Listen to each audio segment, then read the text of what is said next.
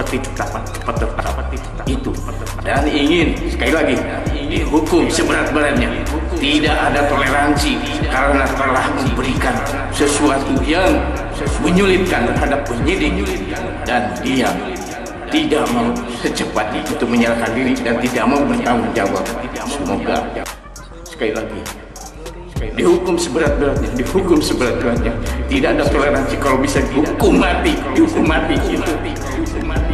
Gak ada kata-kata adanya bukti nyata. Saya bersumpah demi Allah Rasulullah, saya tidak tahu menau, saya tidak tahu perencanaan, saya tidak tahu, saya tidak terlibat sama sekali. Sumpah demi Allah Rasulullah. Tapi mudah-mudahan polisi bisa cepat menangkap pelakunya. Harus diberi hukuman yang setimpal, harus dihukum mati demi Allah Rasulullah, harus dihukum mati. Allah Akbar, Allah Akbar, Allah Akbar. Halo semua, selamat datang di Quinsa Channel ya. Apa kabar? Semoga kabar kita semua senantiasa selalu dalam keadaan baik dan selalu dalam keadaan sehat walafiat ya. Oke, masih seputar kasus Subang. Kubu tersangka dari Pak Yosep, Bu Mimin, Arigi, dan juga Abi ya. Lewat pengacaranya Pak Rohman sangat yakin bahwa kliennya tidak terlibat dalam peristiwa kasus pembunuhan yang terjadi di tanggal 18 Agustus tahun 2021 yang lalu. Mereka masih kekeh bahwa apa yang diungkapkan oleh Danu ya, itu adalah karangan belaka. Tapi yang perlu kita ingat, apakah memang benar sih kepolisian ini menetapkan mereka sebagai tersangka itu semata-mata hanya karena keterangan Danu? Ya, kalau saya pikir sih tidak ya. Kemungkinan besar kepolisian memiliki alat-alat bukti yang cukup untuk mentersangkakan mereka. Cuman memang belum dibuka secara gamblang ya, karena memang pihak kepolisian belum merilis kasus ini secara resmi. Baru ada prarekonstruksi dan keterangan Danu dan juga keterangan dari Ditreskrimum Polda Jabar, yaitu Bapak Kombes Pol Surawan, yang mengatakan keterangan Danu ada kesesuaian dengan olah TKP. Artinya dari sisi Danu tidak ada kejanggalan dengan apa yang dia ucapkan ya. Itu untuk prarekonstruksi menunjukkan hal demikian. Tapi masyarakat dengan tidak segeranya dirilis kasus ini memunculkan opini dan juga asumsi liar. Jangan-jangan ya memang pelakunya Danu sesuai dengan pengakuannya. Tapi apakah benar orang-orang yang bersamanya itu adalah Pak Yosep, Mimin, Arigi, dan Abi? Ada kecurigaan apakah Yosep, Mimin, Abi, Arigi ini sebenarnya hanyalah sosok pengganti dari pelaku yang sesungguhnya? Nah, ini masih menjadi misteri. Kalau benarlah hal demikian, lantas siapa? Karena keluarga dekat ini ya, di sana ada Yoris ya, beserta istrinya, ada Waida, Wak Lilis, ada juga Wak Yeti. Bahkan di salah satu channel ya yang mengungkapkan Danu, Pak Yosep, Mimin, Arigi, dan Abi bukanlah pelakunya. Tapi Danu ini memang menumbalkan diri atau ditumbalkan untuk menutupi pelaku yang sebenarnya. Sampai-sampai ya, saat ini yang masih heboh itu kan kantong plastik kuning.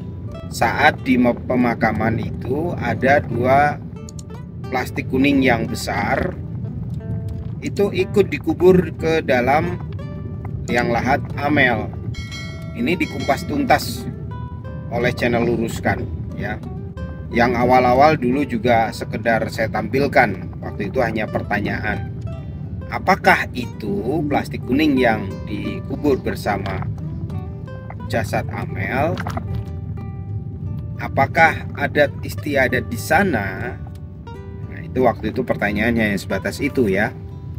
Nah, setelah Pak Yosep ini menjadi tersangka dan juga beserta Danu, Bu Mimin, Abi, dan Arigi, plastik kuning ini mencuat.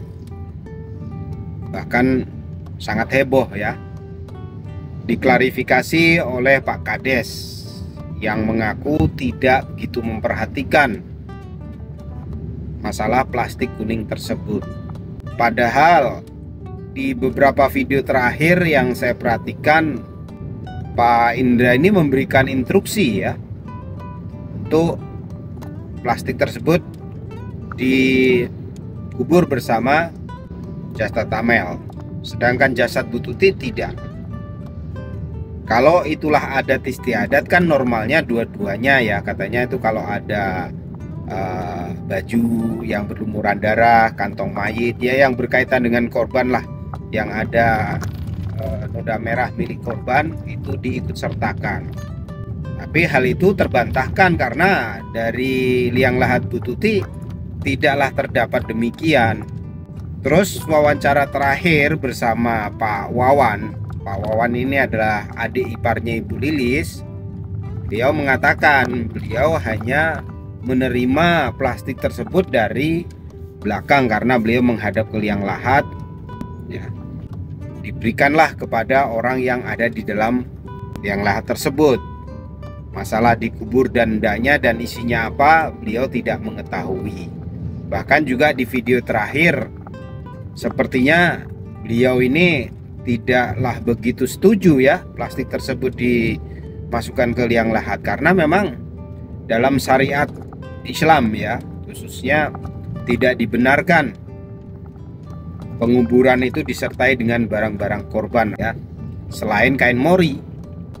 Dan di kupas tuntas lurusan yang terakhir itu bahkan terang-terangan menduga mastermind-nya atau dalang dari peristiwa ini adalah Pak Kades.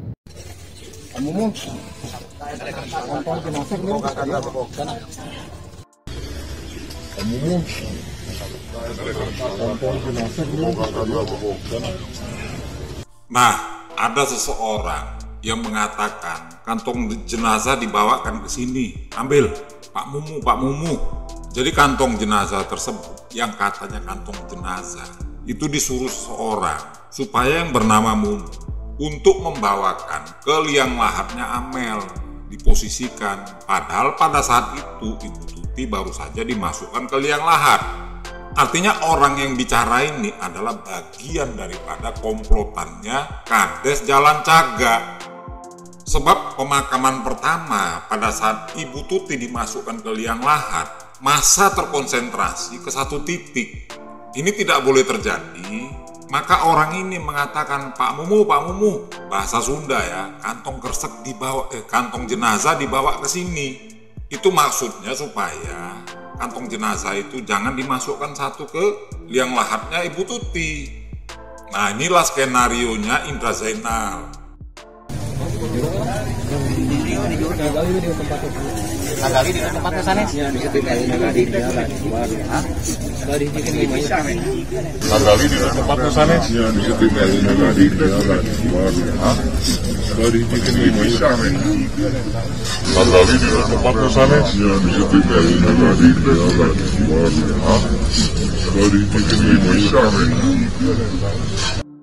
Nah, ini adalah orang yang diwawancarai Indra Zainal di kanal YouTube-nya.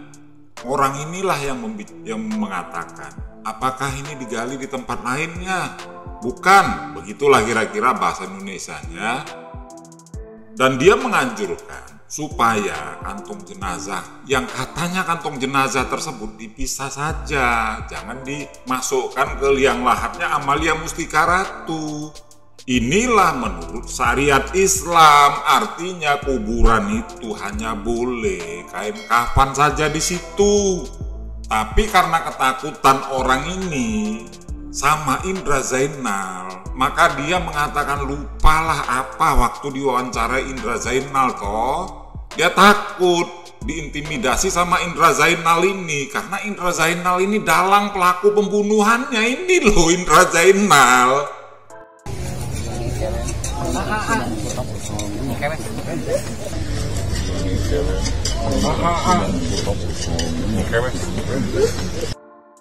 Nah, pria ini pun mengatakan nanti sajalah. Artinya dia tidak berkenan untuk memasukkan kantong kresek tersebut. Dia ogah ini untuk masukkan kantong tersebut. Maka dia bilang dewe lah.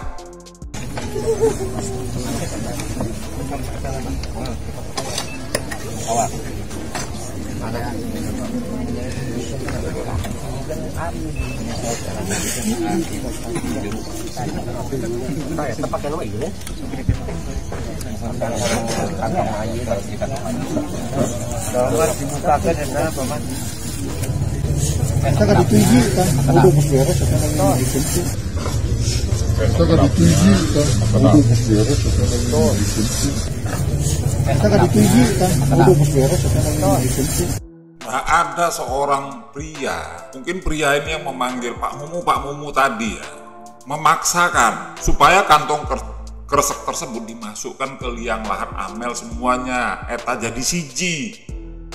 Artinya jangan dipisah-pisahkan. Ini orang ini mengintimidasi. Ini adalah orangnya Indra Zainal, dan Indra Zainal yang memerintahkan agar kantong kresek tersebut dimasukkan ke liang lahat tersebut. Jadi jangan pura-pura Indra Zainal ini. Dia bukan hanya mengatakan kantong mayit.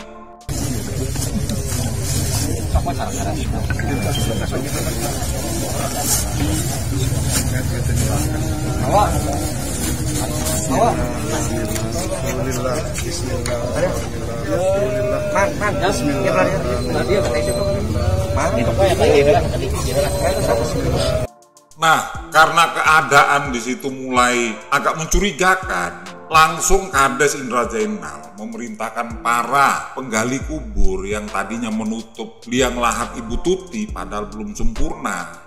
Dia memerintahkan orang-orang tersebut supaya menguruk jenazah Amalia Mustika Ratu, karena barang bukti yang dilepaskan dari kantong tersebut bukanlah kantong jenazah. Dia mulai khawatir nih Indra Zainal supaya segera diuruk tanah ke dalam liang lahatnya Amalia Mustika Ratu. Jadi cukup jelas peranan Indra Zainal di dalam pemakaman ini. Dia beserta anak buahnya memerintahkan agar kantong kresek tersebut yang disebut anak buahnya, yang hanya suaranya saja kedengaran, untuk dibawa ke dia. Artinya jangan dimasukkan ke liang lahatnya Ibu Tuti. Itu orangnya bernama Mumu. Artinya yang membawa barang bukti 2 kantong kresek tersebut namanya Mumu. Sekarang artinya barang bukti tersebut sudah menuju ke liang lahatnya Amalia Mustika Ratu.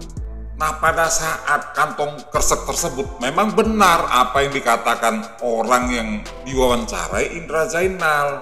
Saya tidak tahu, dari belakang datang kantong kresek. Memang benar orang ini mengatakan, ini kalau kantong jenazah dibikin lubang lagi yang baru, jangan dimasukkan beserta mayat. Akan tetapi karena adanya tekanan dari Kades Indra Zainal beserta orang yang tidak terliput kamera yang mengatakan dijadikan satu, maka dengan berat hati orang yang diwawancarai Indra Zainal ini, ya oke lah.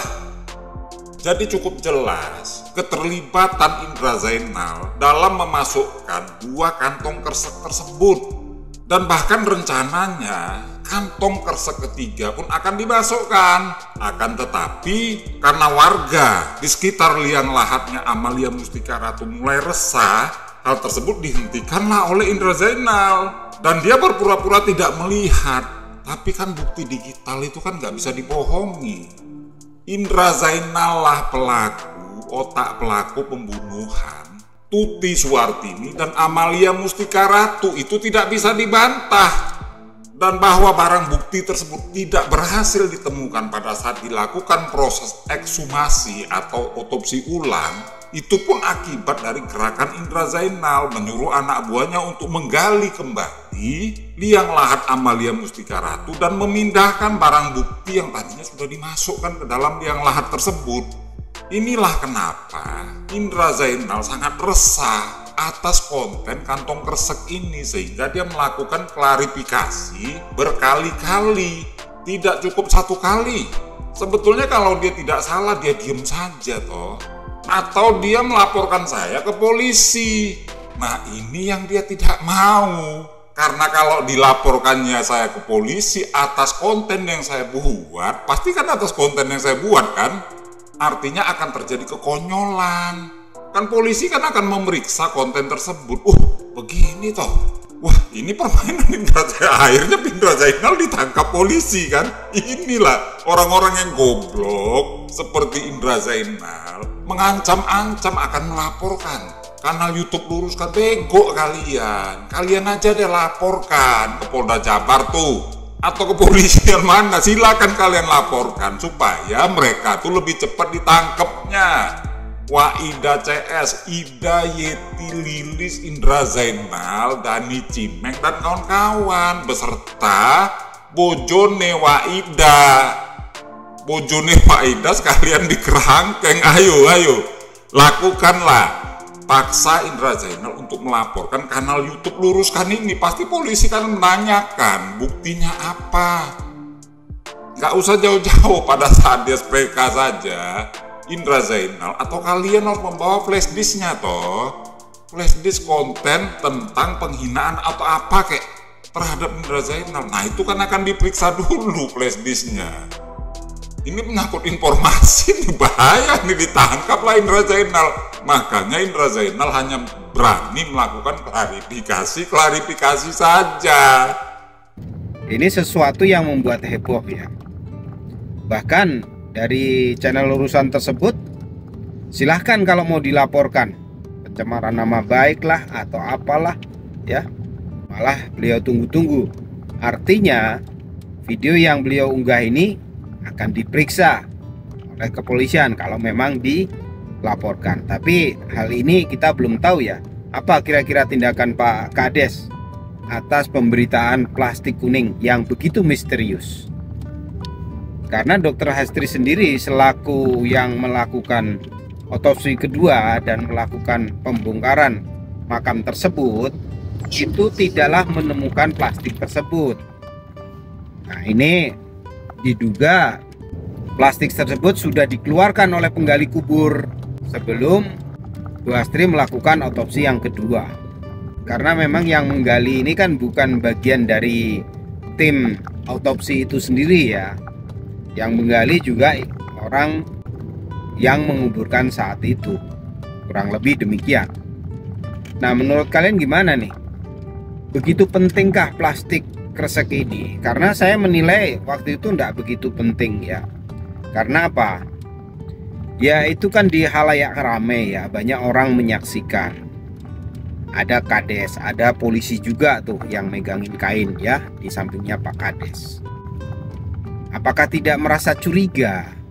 Kenapa ada barang yang diikut sertakan ke dalam liang lahat Amel? Apakah itu bagian dari barang bukti, tidak hanya kantong mayit, tapi sesuatu hal yang bisa memberi petunjuk atas peristiwa ini? Jangan-jangan di situ ada DNA orang-orang yang tak dikenal yang turut serta dalam peristiwa pembunuhan ini.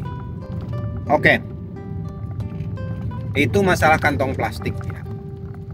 Ya semoga kepolisian hal ini didalami ya, sekecil apapun petunjuk agar bisa dapat membantu mengungkap kasus ini. Karena ini baru sepertiga perjalanan ya. Kasus ini kembali viral dan mencuat itu karena ada pengakuan dari Danu, dan mungkin ada kesesuaian dengan alat bukti yang lain. Sampai sekarang kita belum mendapatkan informasi adanya tersangka lain selain 5 orang ini. Ya walaupun ada rumor-rumor yang mungkin akan ada tersangka lain yang terlibat dalam peristiwa ini. Mungkin di obstruction of justice-nya ya, penghalangan penyidikan, penghilangan alat bukti dan lain-lain. Semakin lama semakin kita ikutin, walaupun sudah ada titik terang, masih puyeng juga ya kalau kita sambung-sambungkan dengan puzzle-puzzle yang ada ya, dimana 4 tersangka ini khususnya Abi mempunyai alibi yang menurutnya kuat ya. Ada 3 orang saksi yang menyatakan bahwa Abi saat malam itu tidak ada di TKP tapi ada di counter tempat kerjanya. Dia nggak tahu kalau alibi Bu Mimin seperti apa sama Abi, karena mereka hanya ada di rumah di Pak Yosep. Nah, alibi yang memperkuat Pak Yosep itu ada di tukang surabi, di mana jam 6-an itu beliau beli surabi di situ sebelum pulang ke Ciseti dan menemukan rumahnya berantakan, penuh ceceran merah dengan posisi yang berantakan. Oke lah, kita ikutin terus, kita kawal terus kasus ini. Semoga kepolisian segera merilis ya, karena kabarnya kemarin kan minggu ini akan ada rekonstruksi, ternyata tidak ada, dan rumornya akan ditunda minggu depan. Patut kita nantikan apakah di rekonstruksi tersebut hanya Danu yang dihadirkan atau tersangka-tersangka yang lain, atau mungkin akan ada penetapan tersangka yang lainnya. Oke, saya kira itu dari saya. Kalau kalian ada pendapat, ada komen, silahkan cantumkan di kolom komentar. Sampai jumpa di video-video berikutnya. Kurang lebihnya saya mohon maaf. See you next time. Bye-bye.